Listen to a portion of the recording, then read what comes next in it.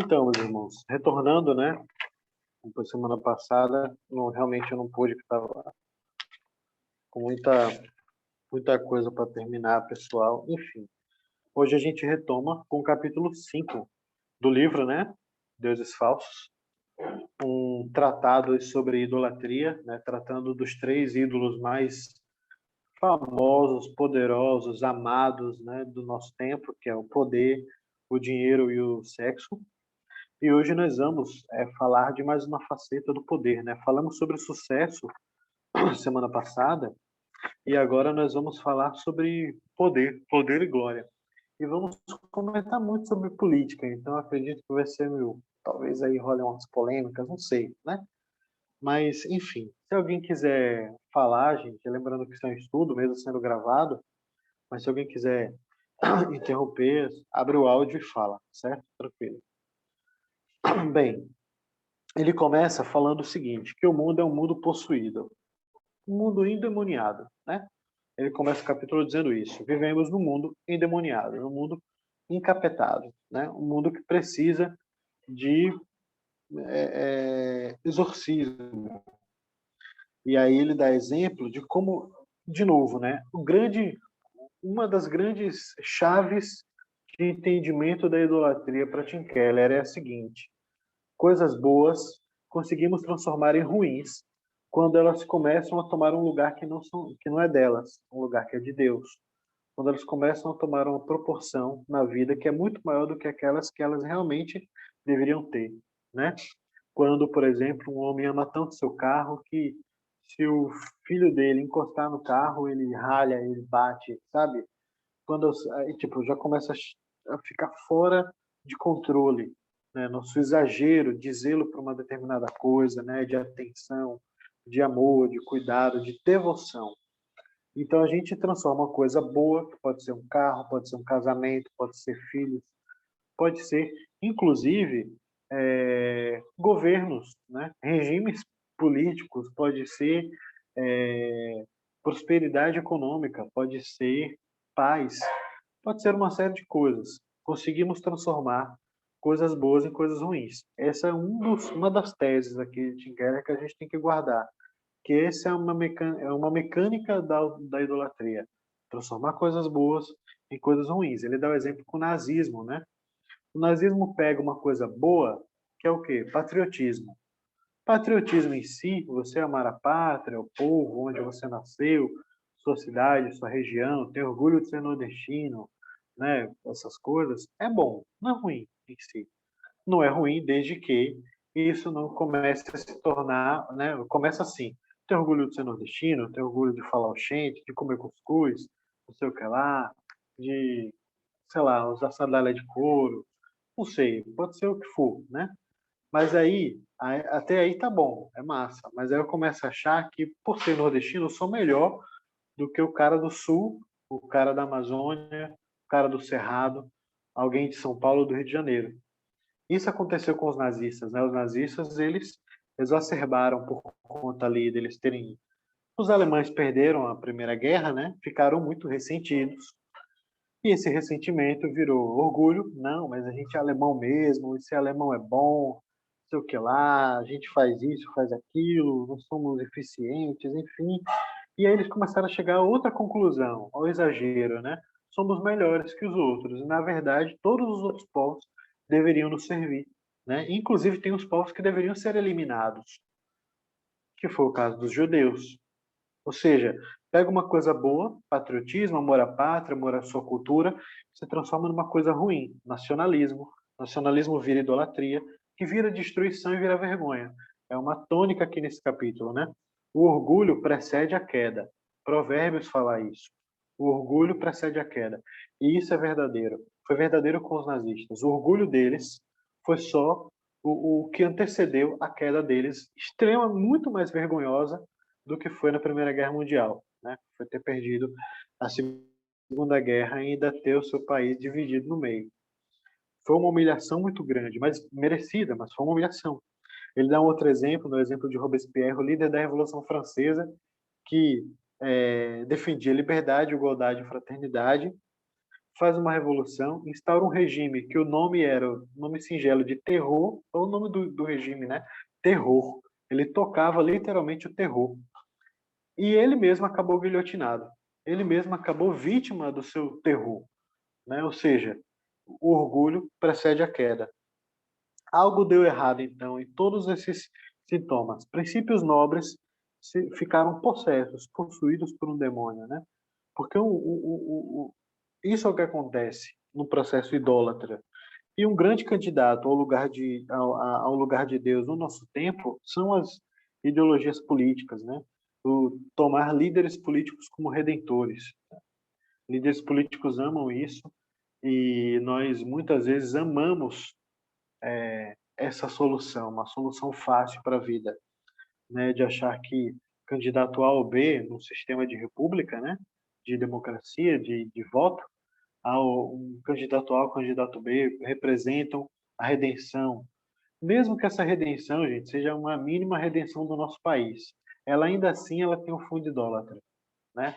Ela geralmente ela desprovida de crítica, né? De crítica desse próprio candidato, de entender que ele também tem falhas, às vezes falhas graves, né? De entender que, inclusive, por conta disso, ele é impotente, né? Ele é falho, ele tem traços de incompetência, de coisas que ele não vai fazer. Isso é comum a qualquer um, tá? Não estou descrevendo alguém específico. Todos são, todos. Aqui no Brasil, né? Desde o Dom Pedro I até Bolsonaro, todos, os imperadores, os presidentes da República.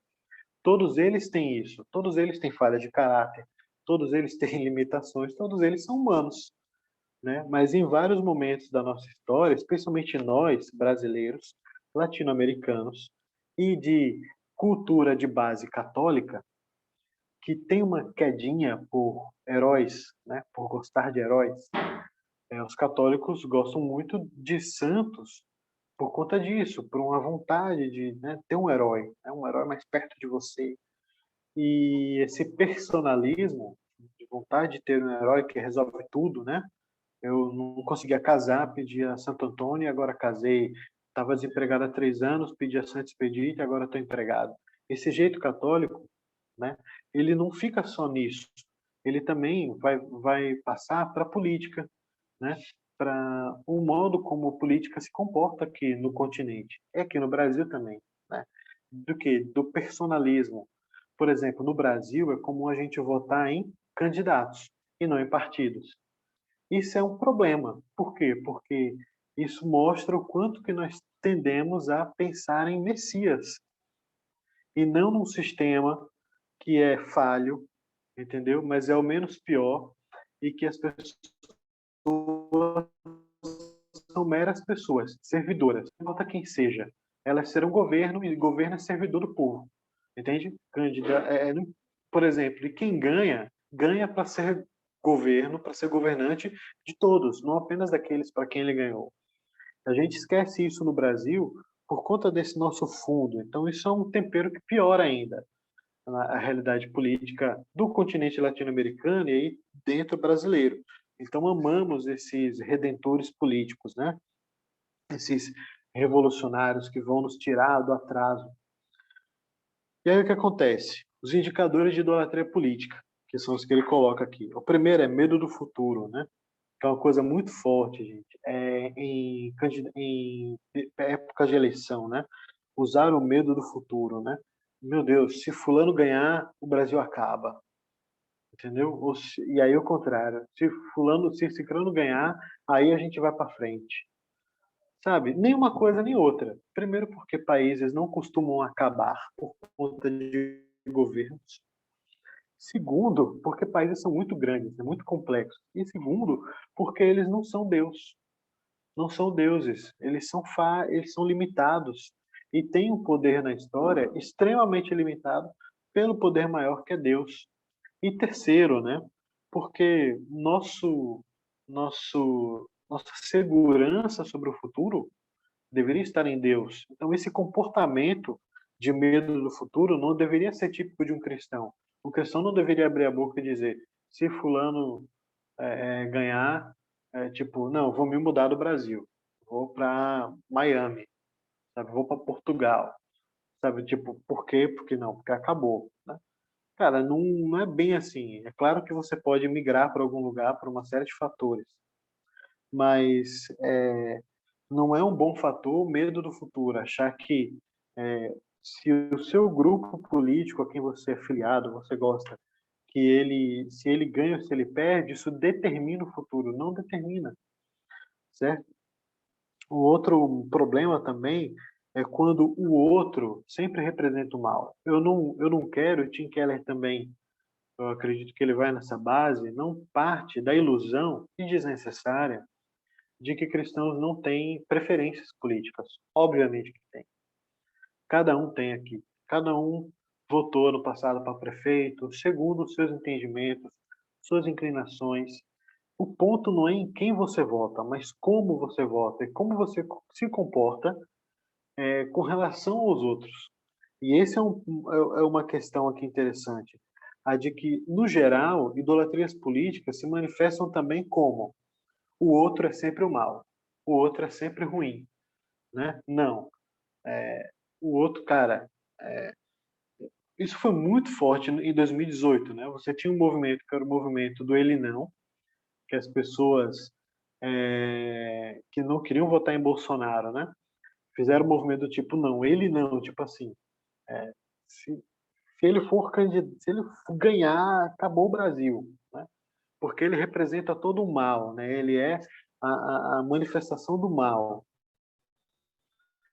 Por outro lado, você tinha a mesma coisa com o PT, né? Não necessariamente só com o Lula, mas com o PT em si, né? Tipo, não, tem que metralhar petralhada, né? Tem que tirar o PT, varrer o PT do Brasil, né? Tipo, você tinha essas duas linguagens extremas que manifestavam muito isso. O outro é o demônio, né? E o que é que acontece? Não é assim, né? A vida não é desse jeito, né? O outro não é o demônio, né? O outro é simplesmente o outro. O outro tem defeitos, o outro tem problemas, né? E ele pode não te representar, mas muitas vezes você pode ter muita semelhança com, com as pessoas do outro espectro político ao qual você não se identifica, né? Eu lembro de um relato do Augusto Nicodemos falando sobre pentecostalismo e teologia reformada e tal, e dizendo que uma vez conversando com um pentecostal, no final da conversa eles chegaram à conclusão de que o Nicodemo chegou à conclusão de que era, em muitos aspectos, ele era muito pentecostal, e o irmão pentecostal chegou à conclusão de que, em muitos aspectos, ele era reformado. Ou seja, se, por exemplo, nós tivéssemos um tempo para dialogar com pessoas que pensam muito diferente da gente, é bem capaz que a gente ache muito mais do que um só ponto de contato de ideias. Muito provável. Por quê? Porque o outro não é um demônio. O que acontece é que o outro, ele vive no mesmo mundo decaído. Quando a gente tem a visão de que o outro é um demônio, a gente também tem uma visão deturpada de nós mesmos, né? De que nós estamos sempre certos, de que nossa preferência política está sempre certa e nossos candidatos estão sempre certos. Quando, na verdade, eles também são decaídos, eles também têm falhas de caráter, eles também vão errar no meio do caminho. E quando não ganhamos? É a amargura política, né? É o amargor político, que é uma coisa muito ruim, que cristãos de fato não deveriam ter, né? Amargor político, se o candidato que você não queria, ele não ganhou. Cara, não ganhou, paciência, né? O que é que um cristão deveria fazer? Aquele que ganhar, orar a Deus para que ele faça um governo abençoado, que abençoe as pessoas, que seja um governo bom para a população, né? Porque a nossa paz depende da paz da cidade, né? O principal problema na vida, na verdade, é o pecado, e a única solução é Deus e sua graça. Isso é uma verdade que ideologias políticas no geral tendem a esconder, tendem a tentar escondê-la de qualquer forma, né? Você colocar qualquer outro problema como o principal problema do mundo e sugerir outra solução que não Deus é idolatria. Como assim? Vamos lá. Não, o problema do mundo é o capitalismo. Pô, o problema, se você varrer o capitalismo, se você mudar o sistema, fizer uma revolução econômica, política, mudar o sistema, o mundo vai entrar numa era de prosperidade, de felicidade sem fim. Uma interpretação complicada. Ou você pode ter o contrário, né? Não, o problema do mundo é o Estado. Não é porque o Estado é um mal, o imposto é um roubo, a gente tem que acabar com o Estado, né? E tem que ser só iniciativa privada em todas as coisas, e o Estado é uma grande porcaria, é ele que acaba com toda a nossa vida. Quando a gente coloca que o grande problema da humanidade, o grande problema que deve ser realmente enfrentado, né, não é o pecado, mas é qualquer outra coisa, nós estamos incorrendo em idolatria, porque muito provavelmente colocaremos como solução algo que não é Deus, né? Qual é a solução para o fim do capitalismo? Instaurar um novo regime econômico pela força, comunismo. Qual é a solução, então, para acabar com o Estado gigantesco? Não, é acabar com o Estado, né? Privatizar todas as coisas que existem, enfim. São exageros, né? São extremos, mas que muitas vezes nós acabamos é, pensando, gente, dessa maneira, né? Pensando deste modo. É muito comum ao nosso redor, você ouvir, ouça as pessoas, como elas se manifestam, falando a respeito dos problemas, né, dos grandes problemas do mundo, e como que falta a elas uma dimensão de eternidade dessas coisas. De que, por exemplo, se há males no mundo, é porque antes desses males há o pecado, que é o propulsor, né? Eu não estou dizendo que esses males não devam ser atenuados, nós não devamos ser gente que age para que o mundo seja um lugar menos insuportável, né? E nós manifestamos a graça de Deus agindo assim, né? Manifestamos o reino de Deus, mas com a consciência de que não é nossa ação aqui que traz o reino de Deus à terra. O reino de Deus virá à terra porque Cristo prometeu e ele vai trazer no tempo dele, né? E será de uma maneira sem dúvidas, tipo, não vai restar dúvidas, né? Será de uma maneira que todo olho verá. Tipo, não vai ter possibilidade de fracasso. Então, não é a nossa ação política que traz a paz de Deus à terra. Nossas ações na terra manifestam, né? Manifestam que o reino de Deus é uma outra coisa que não é os reinos desse mundo. Mas a nossa ação política, a nossa ação social no mundo, elas não trazem o reino de Deus, né? Quem traz o reino de Deus é Cristo. E quando ele vier em glória e visivelmente consumar todas as coisas, né? No fundo, todos esses ciclos políticos de esperança exagerada, desilusão, né, profunda, quanta gente, por exemplo, não está passando por isso hoje? Votou em 2018, né, por exemplo, em Bolsonaro, que venceu, e a euforia política está lá em cima, né? E aí começa o governo e os governos tendem, a, com o tempo, não serem tão carismáticos. As pessoas começam a se decepcionar com o governo. E aí cai no quê? Na desilusão profunda, né? E aí volta um período de eleição, sei lá, e volta para um período de esperança exagerada. Não, agora vai. Depois, desilusão profunda. Esse ciclo e toda essa realidade da ideologia política como ídolo, no fundo, ela só manifesta o nosso desejo de poder, nosso desejo de estar no controle.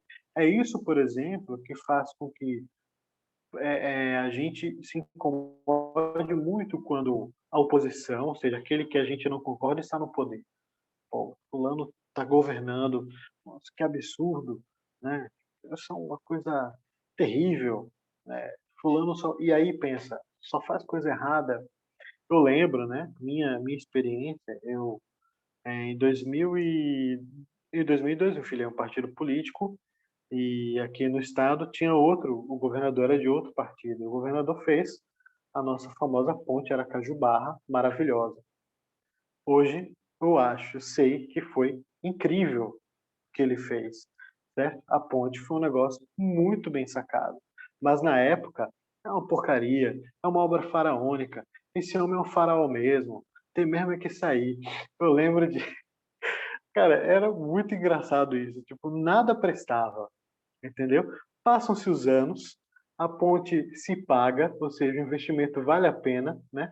Cria uma nova fronteira de investimentos numa cidade super pobre, valoriza terrenos, né? Leva gente de Aracaju para lá, enfim, liga o litoral.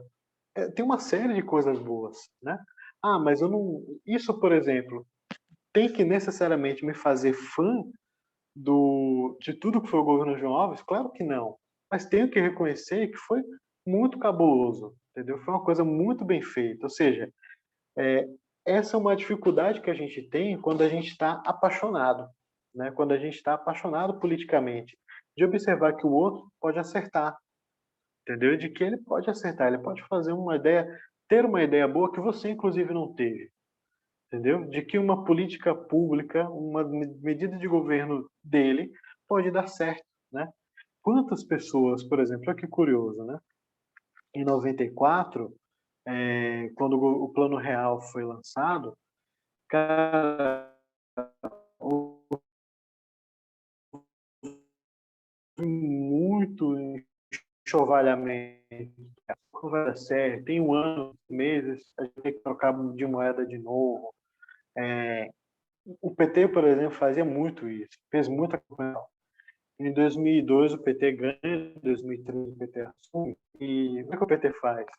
O PT se torna, na gestão do real, mais ortodoxo, mais neoliberal, como a gente chama na economia, do que foi o governo Fernando Henrique. Tudo aquilo que era dito que não era correto de fazer, eles fizeram e valorizaram moeda, né? É, isso é muito comum, gente, no meio político. E no meio político ímpio é muito comum se fazer isso, inclusive não se reconhecer, não reconhecer que o outro pode ter razão. Por quê? Porque queremos ter controle. No fundo, o que queremos é o poder. Isso se manifesta em nível macro, né, governos, isso se manifesta em nível micro, nas nossas próprias vidas também. É isso que a gente, no fundo, toda disputa política é uma disputa nossa com Deus, né? Pelo nosso destino, de grandeza. No fundo, é isso. A gente também pode transformar filosofias em ídolo, né? Às vezes até para a gente transformar política em ídolo, vem esse passo anterior, que é transformando uma filosofia em ídolo, né? E ele daqui o Tim Keller um conceito de idolatria muito bom, né? Idolatria, o que é uma noção parcial da realidade, tornada visão absoluta, né? Isso é uma ideologia. Ideologia é uma noção parcial da realidade, tornada absoluta. Ela é parcial, mas se torna o oficial de tudo. Não, a realidade é essa. Não, mas você só está vendo uma parte. Por exemplo, você enxerga a necessidade de responsabilizar as pessoas. Não. Responsabilidade individual é importante. As pessoas são responsáveis pelos seus atos, né? E a liberdade individual nesse sentido, ela tem que ser preservada. Beleza, esse é o, digamos, se eu transformo isso em bem absoluto, único, eu deixo de ver que existe um outro lado, que é o lado da justiça. Não existe só o lado da liberdade, mas também o lado da justiça. Eu tenho que enxergar, por exemplo, que as pessoas, embora sejam responsáveis pelos seus atos, elas nascem num ambiente que as condiciona em certo sentido, numa família que também as condiciona, né? Num país, num tempo. Existe uma série de fatores, inclusive o Tim Keller vai trabalhar bastante isso no final, que também arbitram em cima daquela vida. Então, a responsabilidade individual é uma parte das coisas. Quando a gente tem uma ideologia muito forte, a gente deixa de ver que a realidade é muito complexa. Na economia, gente, que é meu campo, né? Então, vou volta e meia dar exemplo nele. É muito comum a gente fazer modelos, né? Modelos econômicos para explicar fenômenos econômicos da realidade. Mas os modelos têm um problema. Qual o problema? Por serem modelos, eles são muito resumidos. Então, eles não abarcam a complexidade que é a vida de um ser humano. Um ser humano só já é muito complexo. Imagina a sociedade, né? O problema é quando os economistas tomam o modelo como sendo a verdade e deixam de falar que é um modelo, que é uma aproximação muito humilde do que talvez aconteça na realidade. Isso é muito frequente e isso é tão forte que influencia políticas públicas, influencia governos, né? E influenciando governos e políticas, influencia vidas de pessoas, né? Tem efeito direto no emprego, no acesso ou não à saúde, à educação, à segurança pública das pessoas que não tem nada a ver com aquela história de modelo econômico. Por quê? Porque a ideologia cega para outras realidades. Ela cega para a realidade de que a realidade é complexa. Ela é muito mais complexa do que o que a gente supõe, né? Ele dá exemplos de ideias elevadas à categoria de ídolo, né? Eu acho que as mais eloquentes, né? As mais famosas, com certeza, são comunismo versus capitalismo, né? A gente ainda vive nesse binômio. E ele fala, né? O capitalismo, o comunismo, ele é elevado a uma categoria de ídolo. Em que sentido? Olha, você vai resolver todos os problemas quando a revolução comunista acontecer, né? Miriam tem professoras que esperam isso. Tipo assim, mas esperam de verdade. Tipo,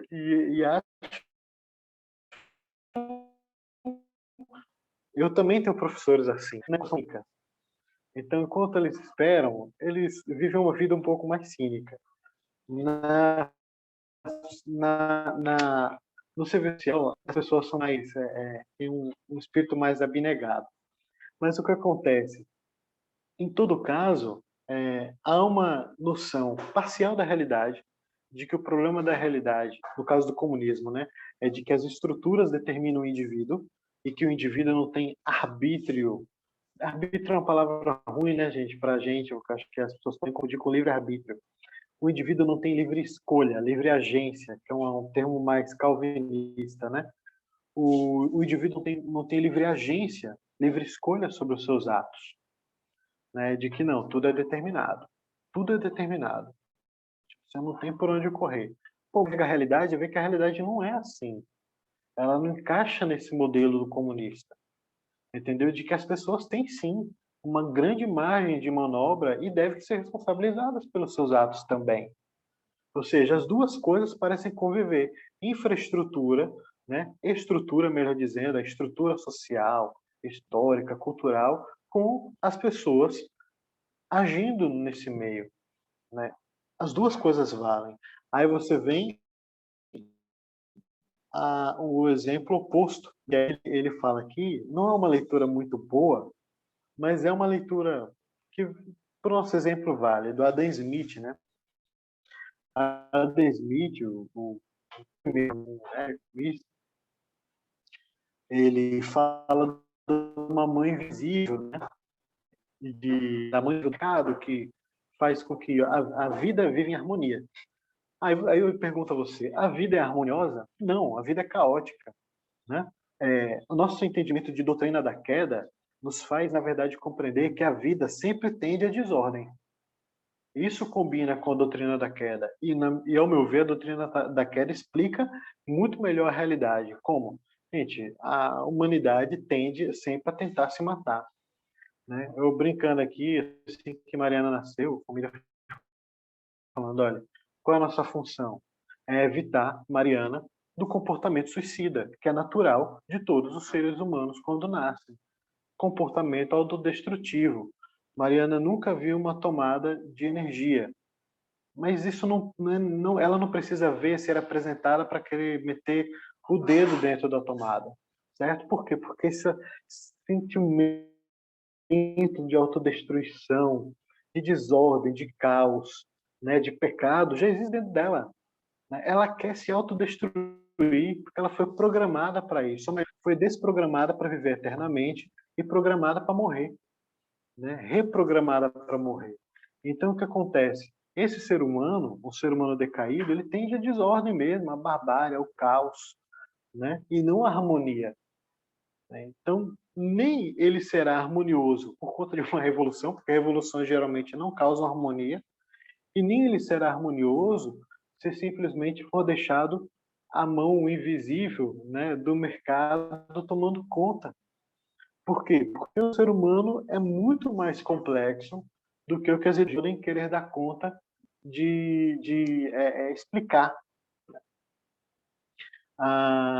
O Adam Smith, inclusive, ele achava que o comportamento egoísta do homem era o real motivo pelo qual as pessoas são beneficiadas. Ele acreditava mesmo nisso, assim, de que o egoísmo era parte do processo e era uma coisa muito humana. E ele não falou do que muitos biólogos hoje, né, biólogos evolucionistas, alguns cientistas sociais também entendem mesmo, não, que o egoísmo é uma coisa, né, importante, né?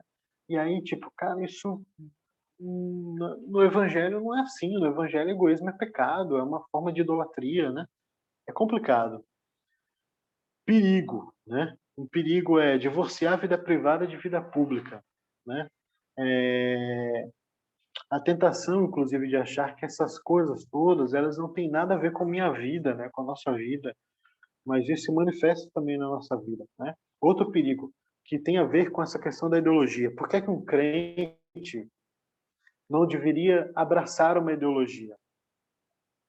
Pelo menos não de carteirinha, não se tornar sócio do clube, porque você fecha com pacotes, você fecha com combo, né? Você pega, por exemplo, um cristão que entra num partido de esquerda, no PSOL. Pô, porque ele pensa na justiça social, legal, bacana, justiça social, desigualdade no Brasil é grande, tem que acabar, enfim, né, violência nas periferias, até aí tá tudo bem. Mas aí vem as pautas morais do pessoal. E agora? Como é que o cristão fica? Pô, mas tem aí a pauta LGBTQIA, mais e não sei o que lá, não sei o que lá, não sei o que lá. E aí tem as pautas feministas. E aí tem as pautas relativas à família, né? A noção de família. E agora, como é que fica? As pautas relativas a aborto. Percebe? O combo vem sempre com maçãs podres. Ou você pode se filiar ao Partido Novo, né? E aí, pô, massa, liberdade individual e responsabilidade do indivíduo, né? Livre iniciativa. Ok, legal. Isso é muito bom. Mas tem um problema, cara. O país que você vive é muito pobre, porque ele é muito desigual, né? Como é que fica? É... Pobreza, cara, e lidar com pobre na Bíblia é uma coisa muito cara, né? É muito cara. Como é que você vai comprar um modelo que muito provavelmente te leva a uma noção bastante egoísta e competitiva da vida e pouco solidária, né? Que é esse tipo de capitalismo defendido pelo Partido Novo, né? Por partidos ultraliberais, né? Por quê? Porque eles exageram no outro ponto. Os combos são complicados. E como os combos são complicados, né? O que é que a gente deveria fazer? A gente deveria evitar comprá-los, evitar comprar ideologias. O C.S. Lewis, no Cristianismo Puro e Simples, ele fala sobre isso, que o cristão ele deve ter aspectos, e ele acaba tendo aspectos, pontos de contato com várias filosofias humanas, com várias, várias. Você vai pegar Confucionismo, que é filosofia e barra meio religião, não é tanto, mas de certa forma virou uma religião na China. E você vai dizer, poxa vida, o confucionismo tem uma noção sobre coerência, né? Sobre você viver o que prega muito forte. Você diz, pô, isso é verdade, cara, isso realmente é bom, né? É um ponto de contato. Mas o confucionismo não tem nada sobre graça, sobre um Deus pessoal, redentor, certo? O, ou seja, você tem pontos de contato e pontos de distanciamento em todas as filosofias humanas. Umas mais, outras menos, mas em todas você vai ter. Então, comprar pacotes fechados é sempre uma coisa perigosa. E é sempre uma tendência a gente dá respostas simples para problemas complexos, né? Você tem aí, nós moramos num país que tem muitos problemas complexos, muito complexos. Não dá para ter resposta simples. Não é uma coisinha, não é uma coisa. Ah, não, basta fazer isso aqui que tá tudo certo, né? É igual, eu mesmo já ouvi muita gente falar, né? Pô, por que que a gente não imprime dinheiro e dá R$ 1 milhão para todo mundo? Né? E todo mundo fica rico, né? Pô, é só imprimir dinheiro, gente, né? Desse jeito, né? Imprimir dinheiro e dar para as pessoas. Então, o problema não é nem tanto imprimir dinheiro, mas imprimir dinheiro e dar para todo mundo. Toma R$ 1 milhão, R$ 1 milhão para cada brasileiro. E todo brasileiro fica rico, né? É uma resposta simples para coisas complexas. E a gente muitas vezes é tentado a dar esse tipo de resposta, né? E nós, como cristãos, deveríamos entender que por conta do pecado, por conta dessa realidade cósmica, né, a gente tem que ter mais humildade ao tratar dos problemas. Exatamente por isso.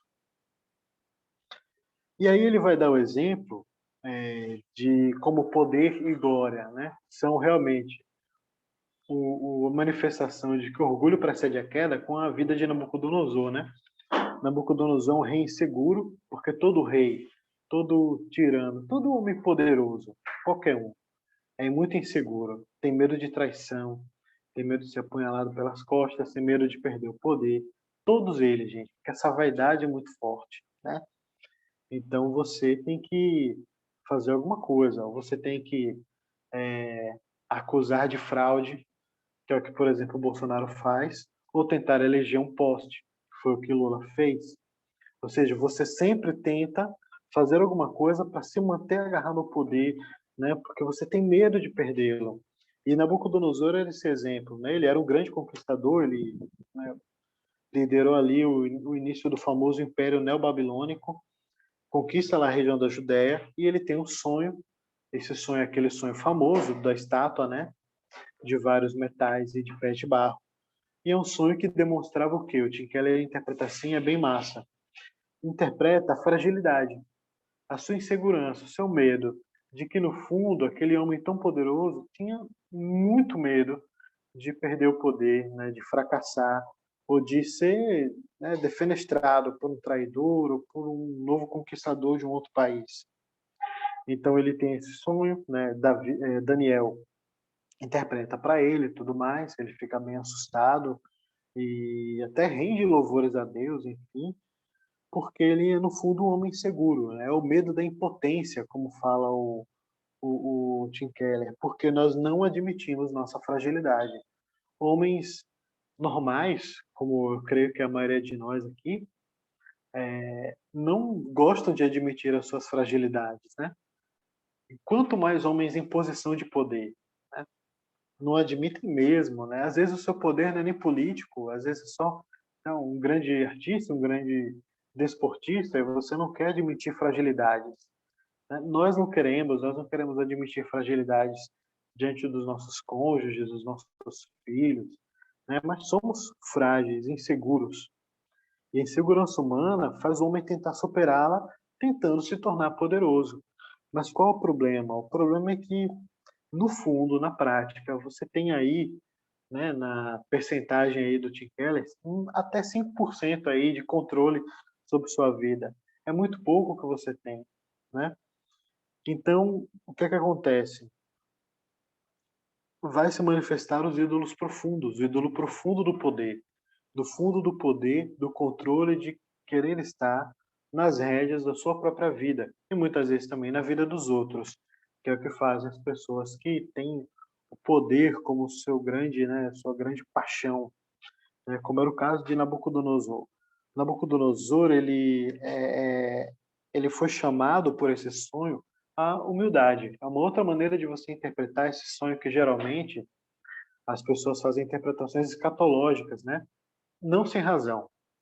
Daniel é um livro escatológico, é um livro que fala assim de coisas relacionadas ao fim dos tempos, sim. Fala da vinda do Filho do Homem, que é muito repetida nos evangelhos. Então, tem coisas escatológicas, inclusive nesse sonho, eu acredito que tem sim. Mas o Tim Keller aqui, ele mostra uma coisa importante. Isso não é o principal.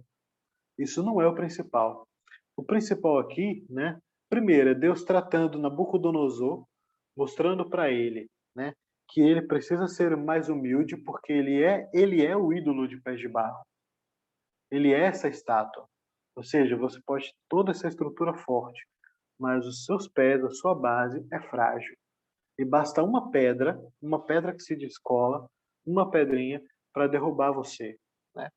E aí, ao interpretar, né, Daniel interpretando, ele fala que essa pedra é quem? É o reino de Deus. Essa pedra é o reino de Deus que se manifesta no final dos tempos e prevalece sobre todos os reinos humanos, né? Aquelas cabeça de ouro, né? O peito de prata, né? O dorso de bronze, enfim, né? As pernas de ferro, tudo isso são representações dos principais impérios? Pode ser, né? Babilônico, persa, grego, macedônico, romano, os descendentes dos romanos, que muitas vezes as pessoas incluem os atuais, né, a Europa e os Estados Unidos hoje também. É uma interpretação. Ela é uma interpretação que exige muita imaginação, mas ela não está de todo ruim, porque é o seguinte: aqueles metais e aquela estátua representam sim os reinos humanos, mas elas não representam especificamente esses, mas qualquer um. Por exemplo, ah, é bem provável que daqui a 10 anos a China seja a grande potência mundial. Isso é muito provável que realmente aconteça, já está acontecendo. E é bem mais provável, inclusive, que a gente tenha mais de uma potência. A gente tem a China, a maior, os Estados Unidos ainda como uma grande potência, Europa como potência secundária, Rússia, né? De repente, algum país árabe pode também surgir como uma grande potência mundial. Isso pode acontecer. Então, quem desses países podem ser classificados nessa estátua? Tanto faz. Eles estão ali como qualquer um, como o Império Britânico estava, o Império Português, que descobriu o Brasil, né? O Império Espanhol, que descobriu a América. Todos eles estão ali. Qual é o grande recado do sonho? Todos eles não prevalecerão contra o reino de Deus, que é essa pedrinha. Assim como Davi derrotou um gigante Golias com pedra, né? O reino de Deus aqui é manifestado assim também. E ele prevalece sobre os reinos humanos. E isso assusta o rei, né, Nabucodonosor. Assusta ele, porque mostra que ele não está no controle, né? Que é a grande ilusão do nosso tempo, né? A ilusão de que estamos no controle. Aí ele fala aqui da religião dominante do nosso tempo, que é uma religião deísta, ela crê em Deus, mas um Deus impessoal, um Deus que é uma ideia, né? Moralista, porque ela... E, gente, moralista aqui não é só... É todo tipo de moralismo, tá? Como assim? As pautas progressistas, como as pautas LGBT, aborto, são pautas moralistas. É uma nova moral, mas são pautas moralistas, entendeu? São pautas de costumes. Então, você tem uma religião deísta, moralista e terapêutica. Qual é o problema dela ser deísta? Porque você, no fundo, se relaciona com o Deus impessoal e somente quando as coisas vão mal, né? Quando as coisas vão bem, sei lá, Deus não é um fator a ser considerado para você tomar decisões, né? Nessa religião moderna, Deus é para quem você recorre pedindo orações, energias positivas, quando o ente querido está entubado no hospital, né? Aí Deus é acionado, né, para nos tirar desse problema aqui, porque é um problema que, né, talvez a ciência não consiga resolver. Moralista, porque essa religião moderna, secular, ela é uma religião farisaica. Em que sentido? Não, basta você ser legal, né? Que, por exemplo, em vários, você tem esse aspecto tanto em termos conservadores quanto em termos progressistas, né? Basta você ser politicamente correto ou politicamente incorreto, né? Mas você tem que agradar ali a moral, né, dos grupos. O negócio é ter a moral correta, né? O costume correto. E por último, terapêutico, porque todas elas são religiões para se sentir bem. É por isso que é muito ofensivo quando alguém fala que, tipo, não, nesse culto eu me senti muito bem. Tipo assim, o culto não é para você se sentir bem. Mas tudo bem, muitas pessoas não têm essa noção, né, e entram na igreja e ainda com essa cabeça, mas ela precisa ser retirada imediatamente, de que cristianismo, evangelho não tem nada a ver com te fazer bem ou te fazer feliz. Mas essa religião moderna, sim, e ela é uma religião ligada à nossa ilusão de estar no controle, uma ilusão de que nós temos poder, né? De que basta a gente sonhar, basta a gente pensar nas coisas legais que a gente pode fazer, no nosso potencial, né? E a gente vai fazer. E aí o Tim Keller dá um banho de água fria aqui, lembrando que, na verdade, não. Que, tipo, um jovem com 1,60 m, muito magro, muito provavelmente terá muitas dificuldades se o sonho dele fosse se tornar defensor da NFL, porque ele precisaria de altura, ou do da Liga Profissional de Basquete. Ele precisa de altura, né? Ele precisa de força. Então, não, a gente não tem condição de fazer tudo aquilo que a gente quiser. Não, não tem. Isso é uma realidade. Outra realidade dura que é jogada na nossa cara é que muito provavelmente teremos uma vida comum, completamente comum. Nós não iremos, na melhor das hipóteses, não iremos fazer grandes descobertas científicas, nós não iremos criar um novo estilo musical, nem bater recordes esportivos, né? Algumas pessoas vão, mas no grosso, a humanidade não vai, né? Viveremos vidas normais, vidas, né, medianas. E terceiro, né, você é muito determinado pelo seu meio, pela sua hereditariedade, assim como também pelas suas escolhas pessoais, as quais você é responsável. Mas é verdade que, por exemplo, um, um jovem, ele fala, né, tipo, seria cruel você exigir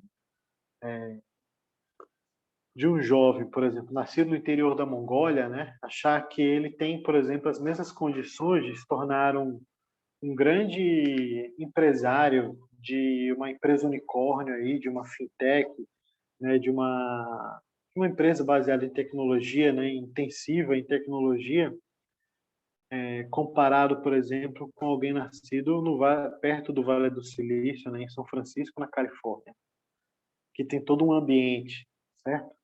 É muito mais fácil você ter grandes, por exemplo, desportistas, né? Por que que os Estados Unidos têm uma quantidade absurda de medalhas olímpicas? Porque o esporte faz parte do currículo escolar, mas de verdade mesmo, né? As pessoas, inclusive, adotam o esporte, né? Existe um investimento público e privado nisso. Não é mágica, não é dom, não é talento, né? É meio, é ambiente, né?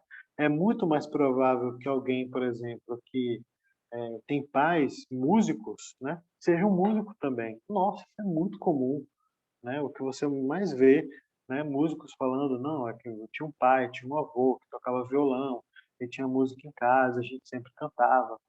É o meio, é a hereditariedade, né? Também suas escolhas. Mas tudo isso é importante, tudo isso só nos mostra o quão pouco controle nós temos sobre a vida. Então, o quão inútil é nós querermos ter esse controle, né? Em vez da gente gastar tempo com querer ter controle na vida, o mais útil seria a gente gastar tempo tendo comunhão com Deus para tomar as decisões, que é aquilo que nos cabe, né? Dentro desse conjunto, tomar decisões sábias. Aí a gente já ajuda, né? Decisões sábias, por exemplo, como um garoto que viva numa periferia em Aracaju e vê, por exemplo, que os caras mais legais do bairro dele são os traficantes. E o que é muito comum, meus irmãos, em bairros assim, é que os garotos cresçam querendo ser como o traficante.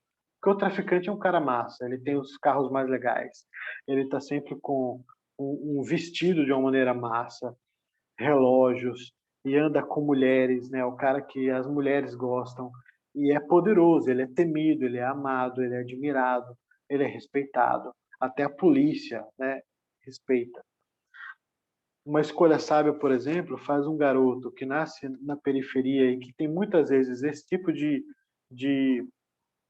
exemplo de sucesso, né, dele não seguir por esse caminho, né, e seguir por um caminho da honestidade, da integridade, né, de estudar, de batalhar duro, quando, na verdade, o mundo todo trabalha contra ele, né?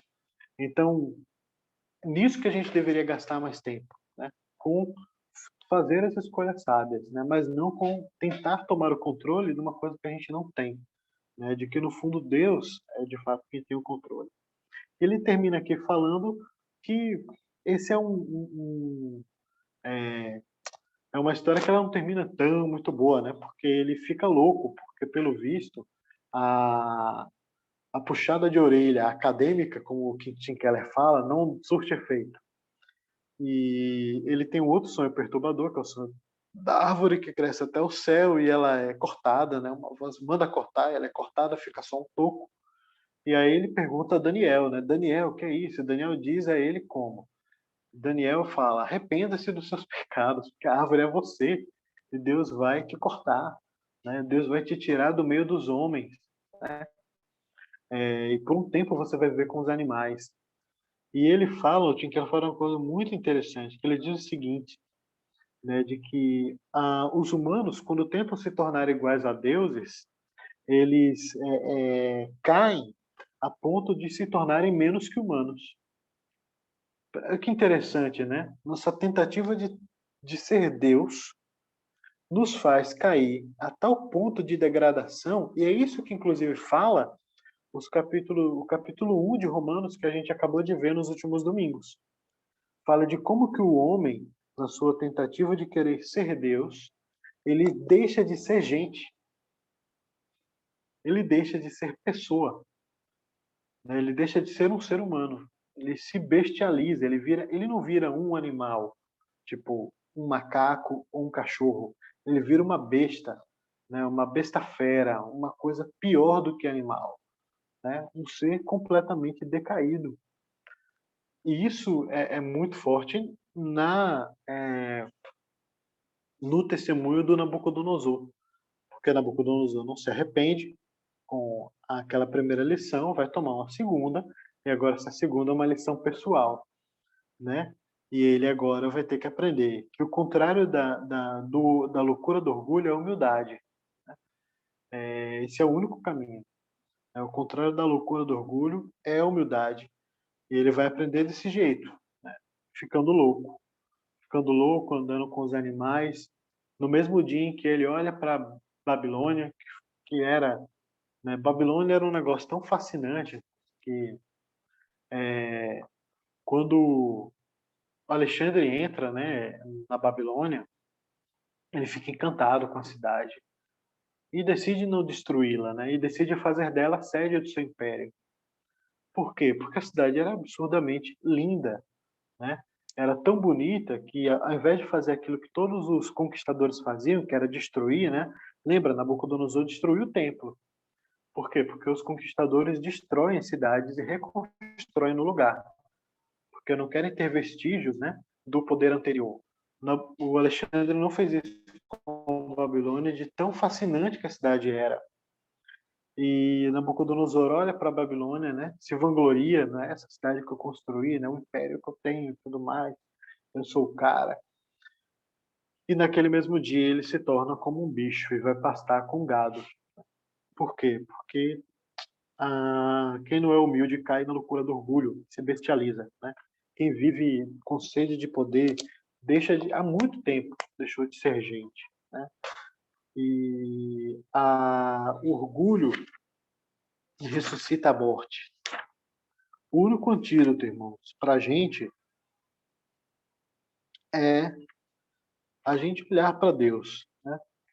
Olhar, Daniel fala assim, né? Quando ele levantou os olhos ao céu, voltando-se a Deus, o resultado foi mais do que a restauração da sua sanidade. Ele, ele se tornou humilde porque ele reconheceu a Deus, né? Ele fala assim, né? Levantei os olhos céu, voltou a mim o meu entendimento. E eu benci, e louvei e glorifiquei ao que vive para sempre. Caminho eterno, seu reino é de geração em geração. Quando ele olha para o céu, né, ele contempla que realmente é Senhor, que são os senhores, é rei dos... Aí ele cobra o senso, né, cobra o entendimento, né, e volta a ser gente. A única maneira da gente voltar a ser gente é rendendo-nos ao poder, né, redentor de Cristo. Não tem outro. Né? Não tem outro caminho para formar pessoas de verdade, né? E da gente se livrar desse vício do poder, né? É isso aí. Eu vou parar aqui a gravação para a gente conversar